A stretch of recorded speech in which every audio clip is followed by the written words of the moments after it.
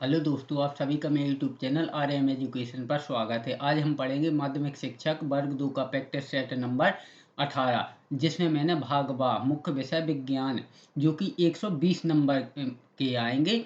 तो उसको हम इस दो पार्ट में डिवाइड किया है। तो पार्ट 1 में हम क्वेश्चन नंबर 1 से 60 कंप्लीट करेंगे और पार्ट 2 में क्वेश्चन नंबर 61 से 120 तक। इस प्रकार हमारा प्रैक्टिस सेट कंप्लीट हो जाएगा।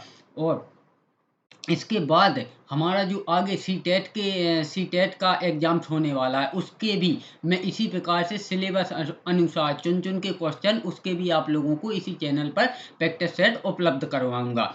तो ऐसे ही प्रतिदिन नए नए प्रैक्टिस सेट पाने के लिए मेरे यूट्यूब चैनल आरएम एजुकेशन को सब्सक्राइब करें और साथ में बेल नोटिफिकेशन को ऑल पर क्लिक करें, जिससे मैं जितने भी प्रैक्टिस सेट डालूं उसका नोटिफिकेशन आप तक पहुंच सके और सीधा पहुंचे और आप कोई भी प्रैक्टिस सेट मिस ना कर सकें। तो चलिए आज का हमारा वीडियो स्टार्ट करते हैं।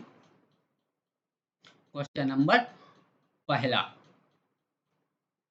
लेंस की क्षमता का मात्रक है। तो जो हमारे चश्मे का लेंस होता है ना, जिससे निकट दृष्टि दोष और दूर दृष्टि दोष, ये जितने भी हैं जो चश्मे में लेंस प्रयोग होते हैं, तो उसका जो मात्रक है उसको वो डायोप्टर बोलते हैं। यानी कि और इसको कभी ये भी आ जाता है कि किससे प्रदर्शित करते हैं, तो इसे डी से प्रदर्शित करते हैं। तो इसका मात्रक है डायोप्टर, ऑप्शन बी डायोप्टर, और डी से प्रदर्शित करते हैं।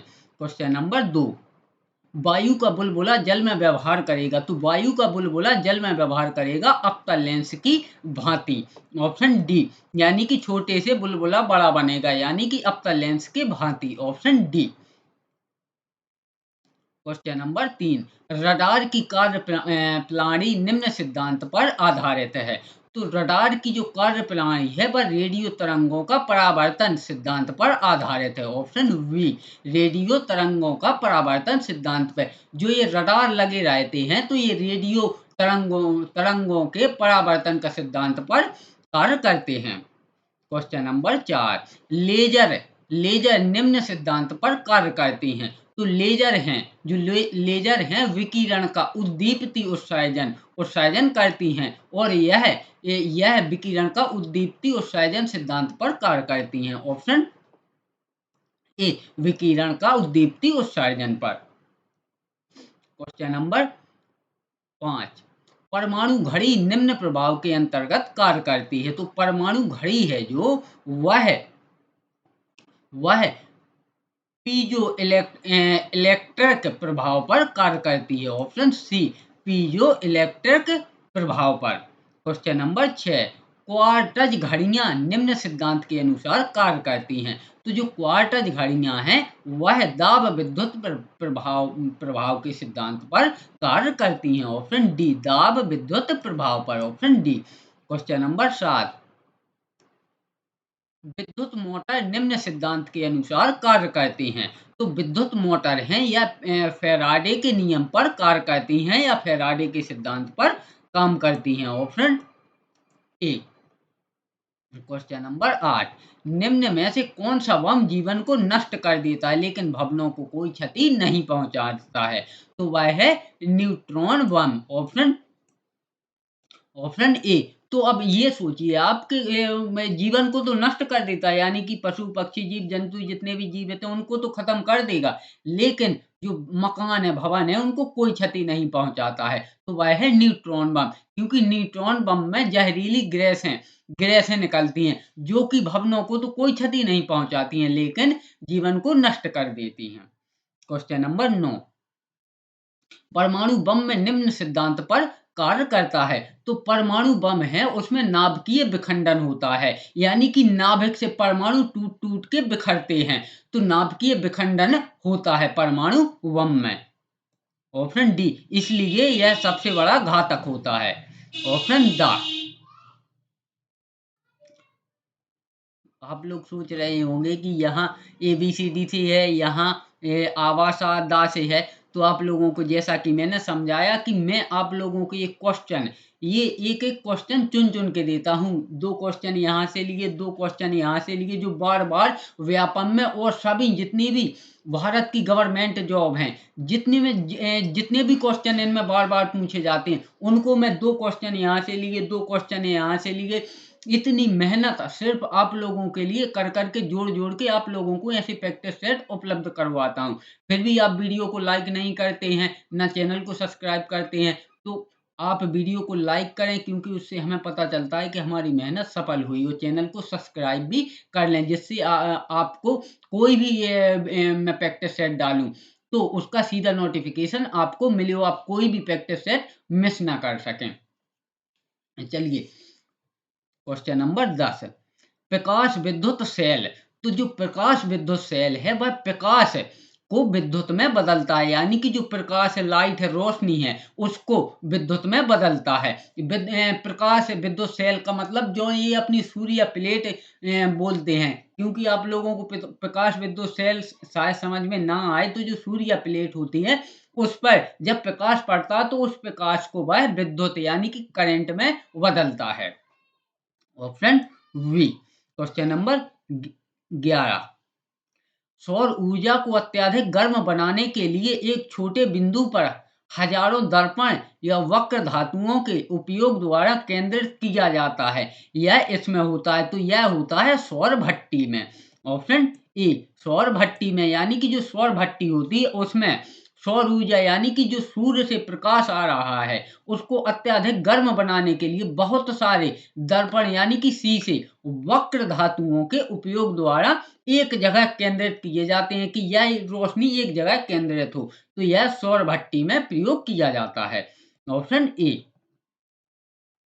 क्वेश्चन नंबर 12, विषम को चिन्हित कीजिए, यानी कि इन तीनों में तीन तो एक से एक मिलते जुलते होंगे लेकिन एक विषम होगा।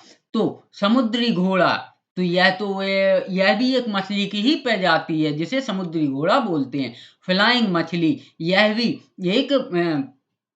एक मछली ही है। वह की जेली फिश है, इसका नाम बेशक जेली फिश है जैसे स्टार फिश है, लेकिन यह मछली की प्रजाति में नहीं आती है, इसलिए यह विषम है। जैसे जेली फिश हुई, स्टार फिश हुई, यह मछली, इनका नाम तो आता है मछली में, जैसे जेली फिश, फिश मीन्स मछली होती है, लेकिन ये वास्तव की मछली नहीं है, इसलिए यह विषम है। अब देखिए आप लोग, कितना घुमाने वाला क्वेश्चन दिया है। अब जेलीफिश, अगर जिस बच्चे ने पढ़ा नहीं होगा तो वह उसको भी मछली ही समझेगा और वह इसमें समुद्री घोड़ा का आंसर देगा, जो कि उसका आंसर पूरी तरह गलत होगा। तो इसका आंसर होगा जेलीफिश। जेलीफिश, उसका नाम तो है जेलीफिश, जैसे स्टार फिश हुई, जेलीफिश हुई, इनका नाम बेशक मछली के ऊपर है, लेकिन यह वास्तव में मछली नहीं है। बाकी रोहू भी एक मछली है। तो जो एग्जाम्स होते हैं उनमें ऐसे ही घुमाने और बच्चों को भ्रमित करने वाले क्वेश्चन देते हैं।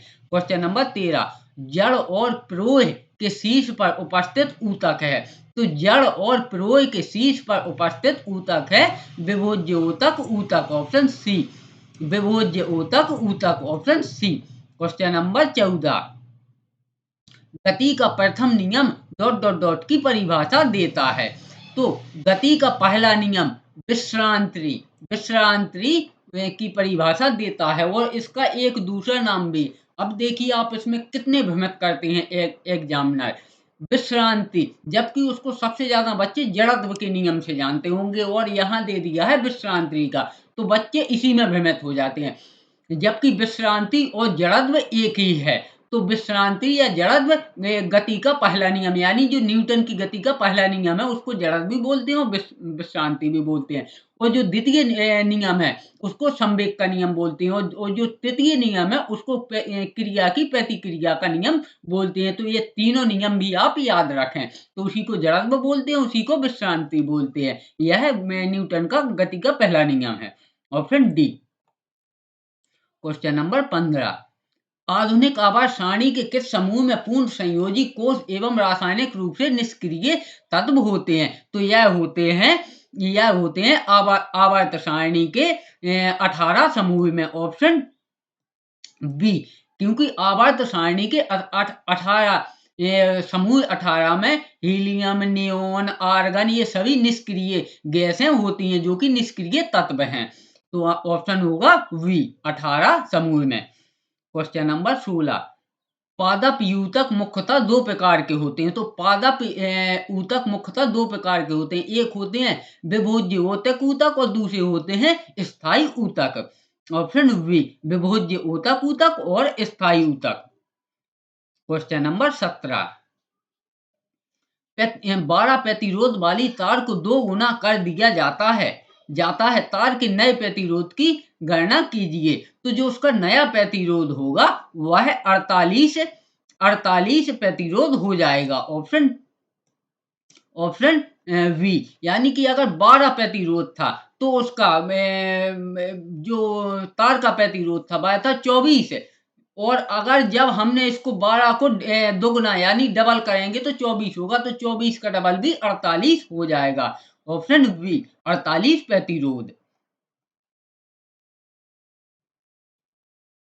क्वेश्चन नंबर 18, अपनी आंखों को स्वस्थ रखने के लिए हमें आहार में इसे सम्मिलित करना चाहिए।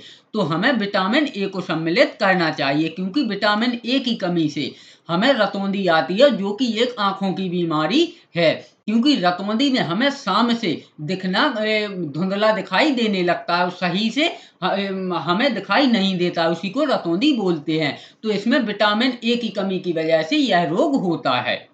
Option D. तो मैं जितने भी पॉइंट बताता हूं उनको भी आप विशेषता याद रखते जाएं। क्वेश्चन नंबर 19, तत्व एक्स चतुर संयोजक और तत्व वाई द्विसंयोजक है। इन दो तत्वों द्वारा बना यौगिक होगा XY2। ऑप्शन ए XY2, यानी कि जब चतुर संयोजक और तत्व वाई द्विसंयोजक, एक है चतुर संयोजक एक है द्विसंयोजक, तो इसका जो यौगिक बनेगा वह बनेगा XY2। Option A XY2। Question number 20, सौर ऊर्जा संग्राहकों में अधिकतम क्षमता प्राप्त होती है। तो सौर ऊर्जा संग्राहकों में अधिकतम क्षमता प्राप्त होती है पैराबोलिक डिस्क कलेक्टर से। Option B parabolic disc collector से। Option B parabolic disc collector से। क्वेश्चन नंबर 21, परिपथ से होकर प्रभावित होने वाली धारा के मापन में प्रयुक्त होने वाले यंत्र को ... कहा जाता है। तो इसे कहा जाता है ammeter. Option A ammeter. Question number 22, नीचे उल्लेखित पारिस्थितिकी तंत्र के दो घटक अजीवीय, यानी कि जिनमें अजीवीय का अर्थ है कि जिनमें जीवन ना हो। वैसे तो आप लोग कुछ लोग जानते भी होंगे, कुछ लोग नहीं भी जानते। अजीवीय का मतलब है कि इसमें से हमें दो घटक ऐसे छांटने हैं, जितने यहाँ घटक दिए गए हैं कि जिनमें जीवन अजीवीय, जिनमें जीवन नहीं होता है, उन्हें पहचानिए। तो अजैव तत्व, ये तो वह उसमें खुद ही बता दिया कि अजैव तत्व जिन तत्वों में जीवन ना हो। तो एक तो ये हो गया शाकाहारियों में तो जीवन होता है। अब घटनकारी जो कि ये जीवाणु होते हैं इनमें भी जीवन होता है। जलवायवीय कारक, इनमें भी जीवन नहीं होता है।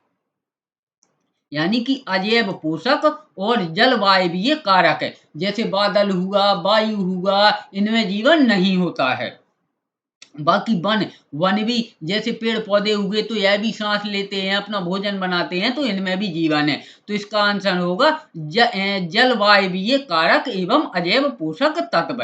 Option D. जैसा कि मैंने आपको लोगों को अच्छी तरह विश्लेषण करके समझाया, जलवायवीय कारक जैसे बादल हुए या हवा हुई, तो इनमें जीवन नहीं होता है। अजैव पोषक तो उसमें ही बता दिया कि अजैव मतलब जिनमें जीवन नहीं होता है। तो ऑप्शन डी। क्वेश्चन नंबर 23, लाल गर्म स्थिति में लोह वाष्प के साथ प्रतिक्रिया कर यह बनाता है। तो लाल गर्म स्थिति में लोह वाष्प के साथ प्रतिक्रिया करके यह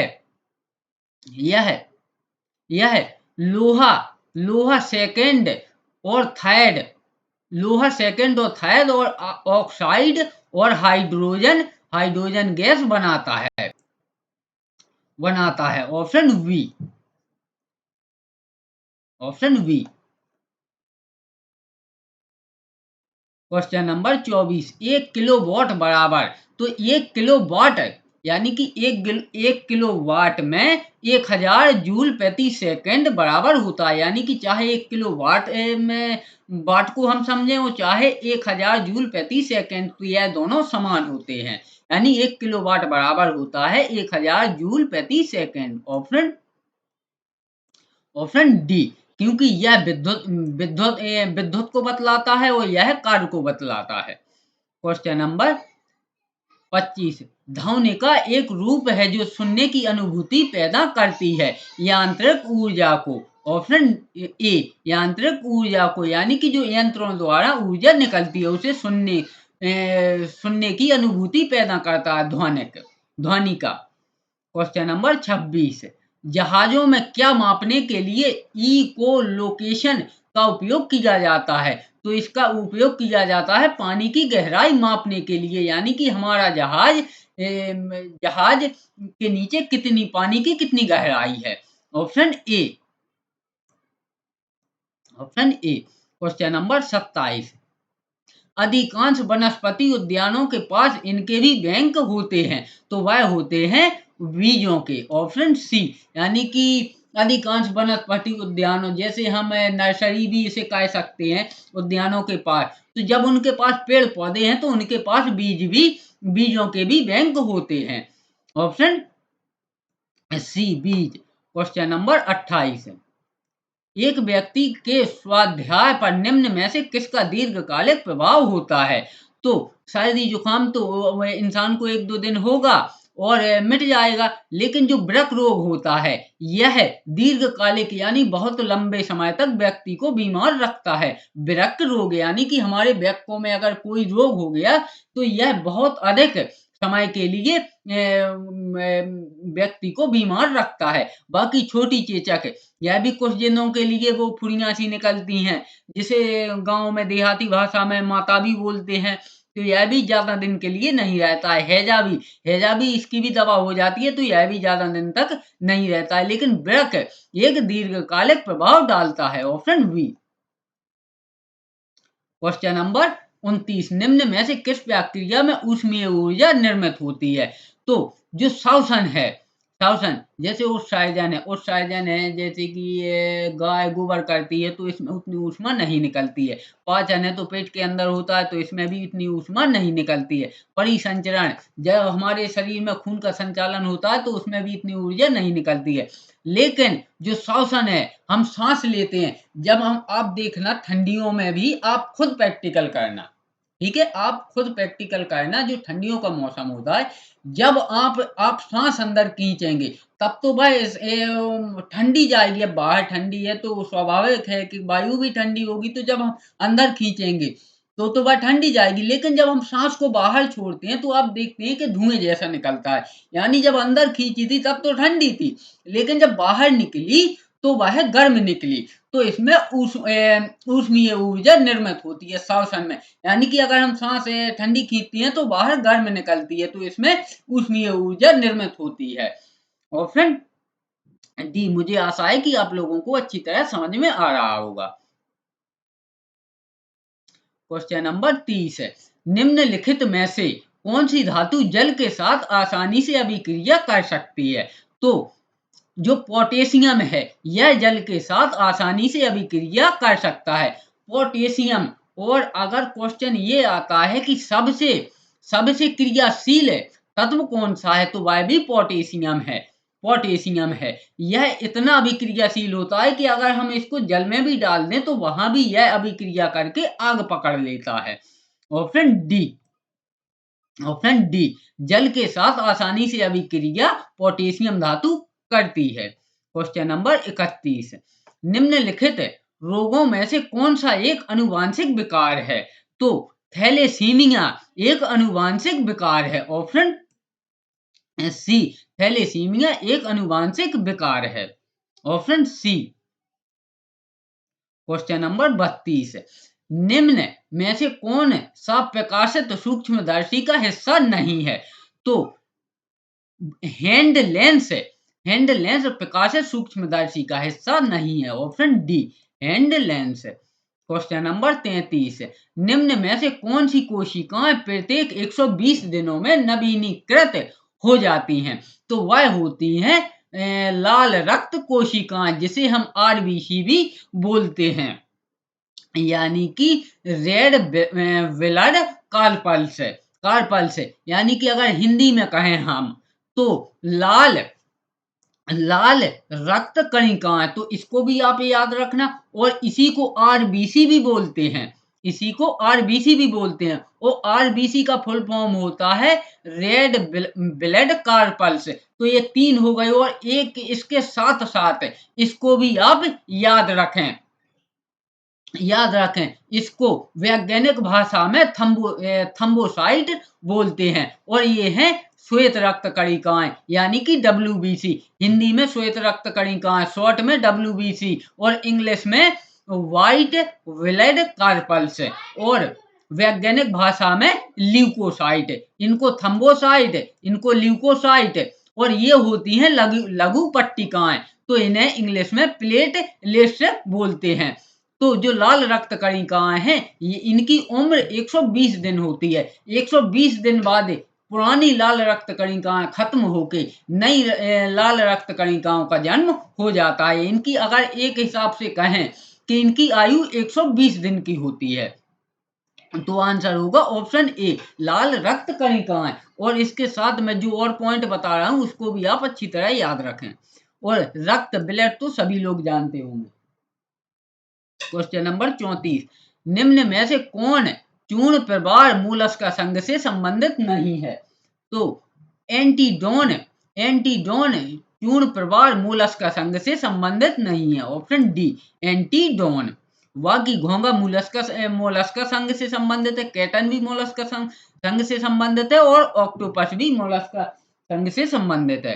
क्वेश्चन नंबर 35, काष्ठीय पौधों का सबसे बाह्य आवरण। तो काष्ठीय पौधों का सबसे बाह्य आवरण मृत मृतकाग कोशिका होता है, यानी कि जैसे हमारी नीम का पेड़ हुआ, बरगद का पेड़ हुआ, आम का पेड़ हुआ, इनके ऊपर जो छाल होती है ना, वह पेड़ जो पेड़ है उसकी कोशिकाएं ही थी।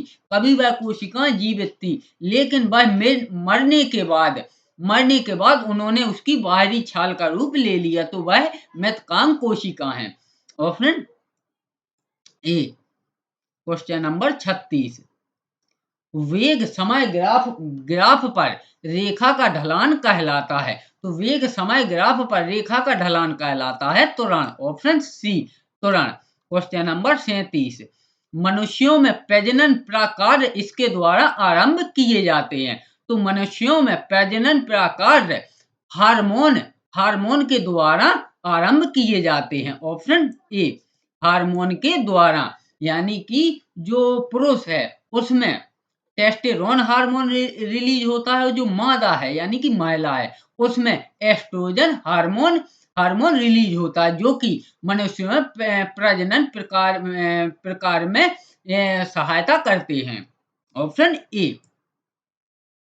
क्वेश्चन नंबर 38, घरों में भू संपर्कन घरों को इससे बचाने के लिए प्रदान किया जाता है।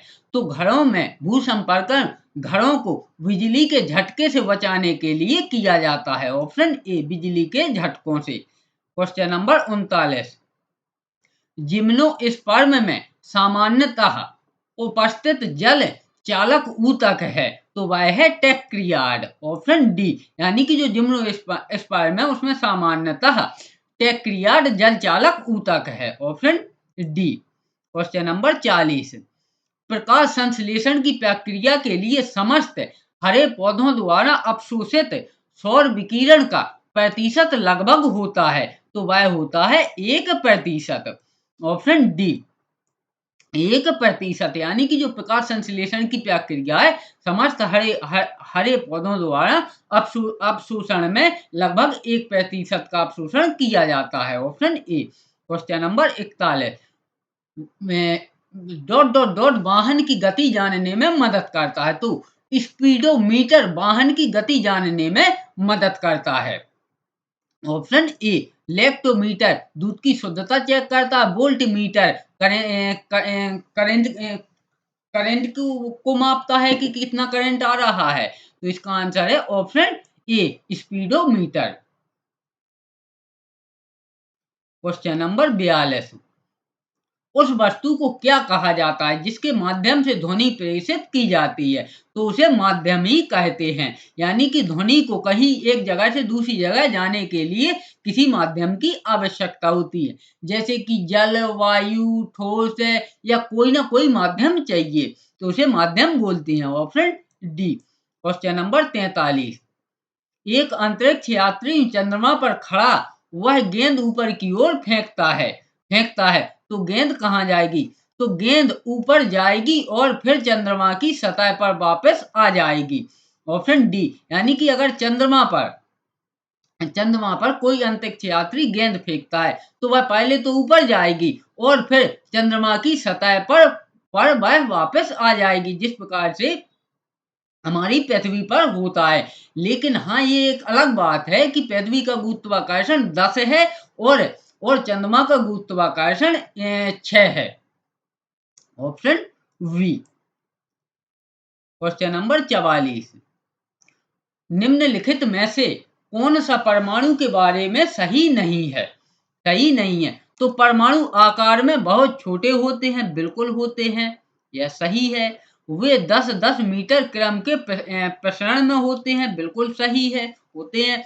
दो तत्वों के परमाणु समान होते हैं, यह गलत है, क्योंकि कभी भी दो तत्वों के परमाणु समान नहीं होते हैं, किसी के ज्यादा होते हैं, किसी के कम होते हैं। तो इसका आंसर होगा ऑप्शन सी।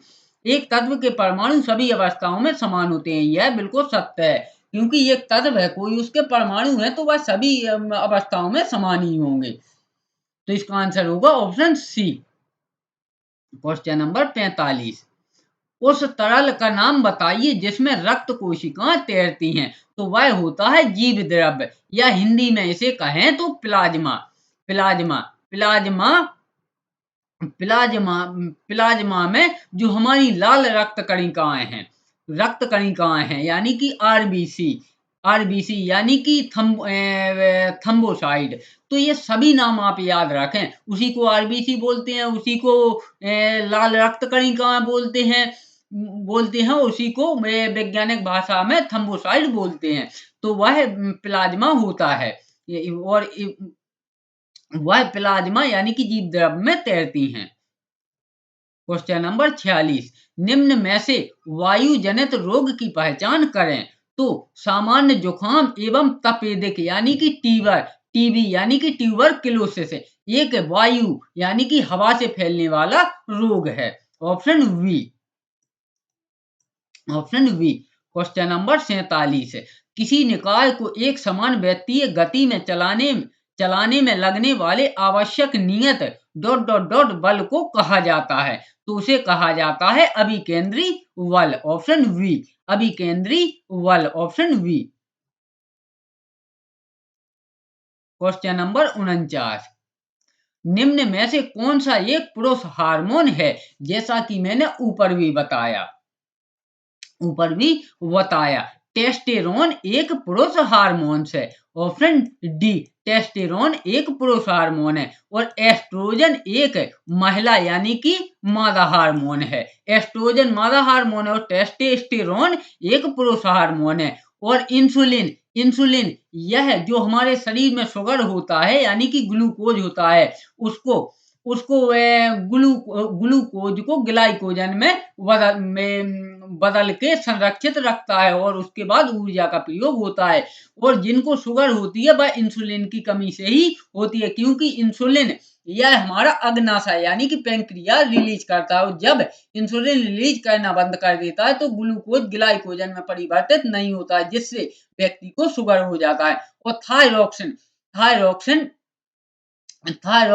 यह भी एक हार्मोन ही है। तो इसका आंसर होगा option D testosterone. Question number 50, निम्न में से कौन सा एक वनोन्मूलन का सर्वाधिक उपयुक्त परिणाम है?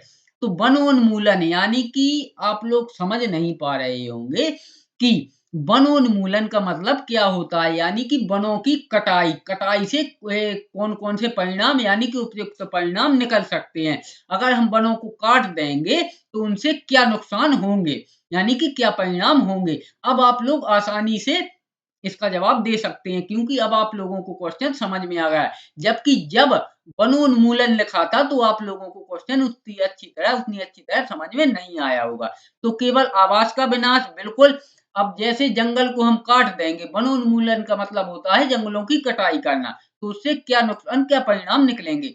तो केवल आवास का नुकसान, अब जो वहां जीव जंतु रहते हैं तो उनके आवास का नुकसान होगा, बिल्कुल होगा।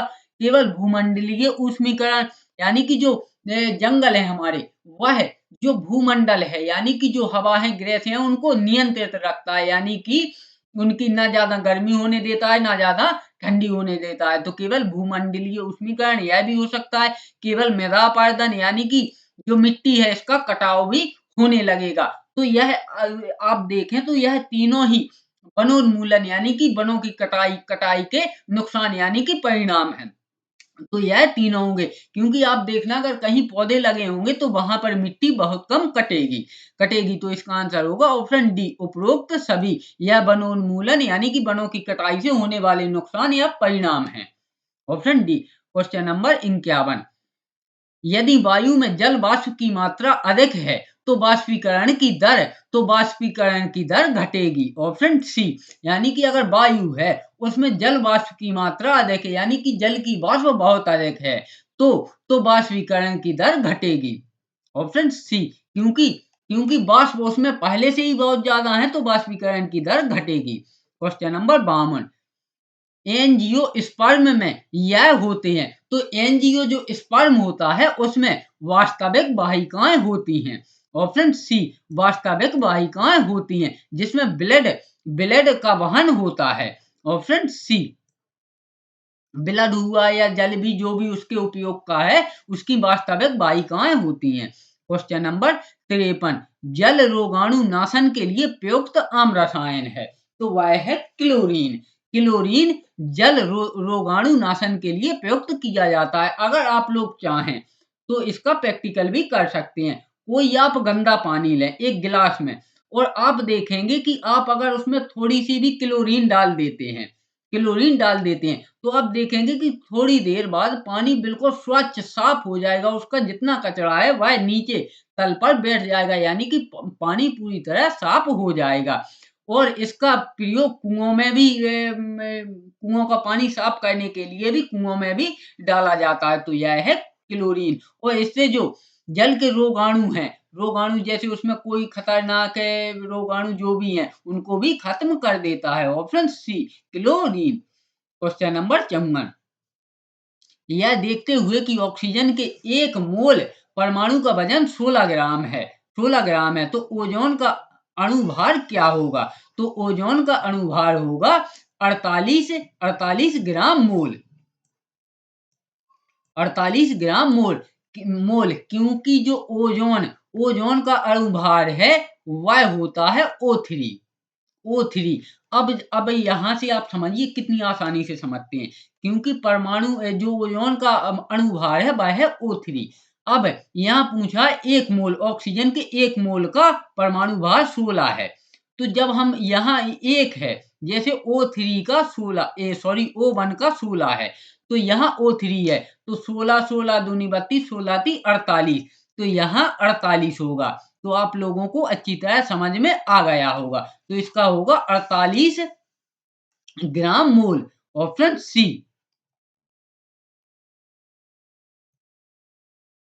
क्वेश्चन नंबर 55, पर्यावरणीय प्रदूषण का मुख्य कारण इसका उपयोग है, तो वह है जीवाश्म ईंधन का। ऑप्शन डी, जीवाश्म ईंधन का मतलब है जैसे पेट्रोल हुआ, डीजल हुआ, मिट्टी का तेल हुआ या कोयला हुआ, तो यह जीवाश्म ईंधन होते हैं। इनका कारण पर्यावरण प्रदूषण का मुख्य कारण है, क्योंकि धुएं से पर्यावरण में सबसे अधिक प्रदूषण फैलते हैं। और जितने भी जीवाश्म ईंधन है वह CO2 कार्बन डाइऑक्साइड यानी कि धुआं रिलीज करते हैं। ऑप्शन सी, ऑप्शन ए, जीवाश्म ईंधन पर्यावरण प्रदूषण का मुख्य कारण है। बाकी ज्वारीय ज्वार भाटा आते हैं समुद्र में, उससे पर्यावरण प्रदूषण नहीं होता है, सौर ऊर्जा से भी नहीं होता है और पवन ऊर्जा से भी नहीं होता है। क्वेश्चन नंबर 56, किसी तत्व का इलेक्ट्रॉनिक विन्यास 285 है, उस तत्व का नाम क्या है? तो उस तत्व का नाम है फास्फोरस, ऑप्शन सी, क्योंकि जो फास्फोरस है इसका इलेक्ट्रॉनिक विन्यास 285 है। 285 फास्फोरस का इलेक्ट्रॉनिक विन्यास है, ऑप्शन सी। क्वेश्चन नंबर 57, चुंबकत्व का पक्का परीक्षण है। अब चुंबकत्व का, पहले तो आप इस क्वेश्चन को समझिए। चुंबकत्व का अर्थ है कि उसमें कितना अधिक चुंबक है, उसका हम परीक्षण यानी कि हम उसको कैसे चेक करें कि इसमें कितनी अधिक चुंबक है। तो आकर्षण, अगर जितनी ही किसी तत्व में जितना अधिक चुंबकत्व होगा, जैसे हम किसी चुंबक को रखते हैं लोहे की कील के पास, तो वह कितनी स्पीड से चुंबक में चिपकती है। अगर उसमें चुंबकत्व कम होगा तो वह कम स्पीड से चिपकेगी, लेकिन अगर उसमें चुंबकत्व बहुत ज्यादा होगा तो बहुत दूर से ही वह लोहे की कील को अपनी तरफ खींच लेगा, यानी कि आकर्षित कर लेगा। तो चुंबकत्व का पक्का परीक्षण है आकर्षण, ऑप्शन ए। क्वेश्चन नंबर 58, आंख के किस विशेष क्षेत्र में कोई संवेदी कोशिका नहीं होती है? तो जैसा कि आपको ऑप्शन से ही पता चल रहा होगा कि जब उसमें कोई संवेदी कोशिका, तो अंधपटल यानी कि ब्लाइंड स्पॉट यानी कि काला स्थान। ब्लाइंड स्पॉट का मतलब है कि काला स्थान। अंध स्थल, सॉरी अंधपटल नहीं, अंध स्थल यानी कि ब्लाइंड स्पॉट, या शुद्ध हिंदी में बोले तो अंधेरी जगह है। तो उसमें कोई संवेदी कोशिका नहीं होती है, जैसे कि आपको नाम से ही प्रतीत हो रहा है कि जहां उसका नाम ही है अंध स्थल ब्लाइंड स्पॉट, तो वहां पर संवेदी कोशिकाएं थोड़ी होंगी। तो ऑप्शन सी। क्वेश्चन नंबर 59, अपशिष्ट जल को निकालने के लिए ड्रेनेज पाइप के नेटवर्क को कहा जाता है, तो उसे कहा जाता है सीवर लाइन। ये तो आप सभी जानते होंगे कि जो दिल्ली या बड़े बड़े शहर हैं, तो इनमें जो गंदा पानी निकलता है, अपशिष्ट, अपशिष्ट का मतलब होता है कि गंदा पानी, जैसे गाय गोबर कर रही है या फिर मनुष्य जो लेटरिंग होता है, तो वही अपशिष्ट होते हैं जीव जंतुओं के। तो अपशिष्ट जल, यहाँ पूछा जल के बारे में, अपशिष्ट जल यानी कि गंदे पानी को निकालने के लिए जो ड्रेनेज पाइपलाइन होती है उसे सीवर लाइन कहते हैं, ऑप्शन ए। क्वेश्चन नंबर 60, एक घर में एक माह में 300 इकाई ऊर्जा की खपत हुई है, तो जूल में यह ऊर्जा कितनी होगी?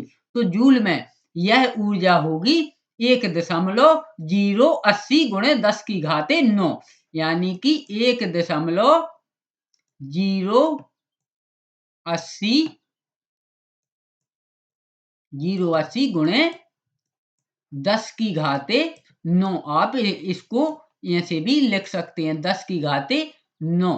तो अगर एग्जाम्स में ऐसा लिखा आता है तब भी आपको यही आंसर मानना है, क्योंकि भाई वो टाइपिंग में थोड़ी वो घात में लिख नहीं पाता है, तो उसके लिए माफी चाहता हूँ। इस प्रकार हमारा माध्यमिक शिक्षक वर्ग 2 का प्रैक्टिस सेट नंबर 18 का पार्ट फर्स्ट, जिसमें हमने 60 क्वेश्चन कंप्लीट किया। पार्ट टू में हम क्वेश्चन नंबर 61 से 120 तक कंप्लीट कर लेंगे, जो कि हमारा भाग बा मुख्य विषय विज्ञान का 120 क्वेश्चन कंप्लीट हो जाएंगे।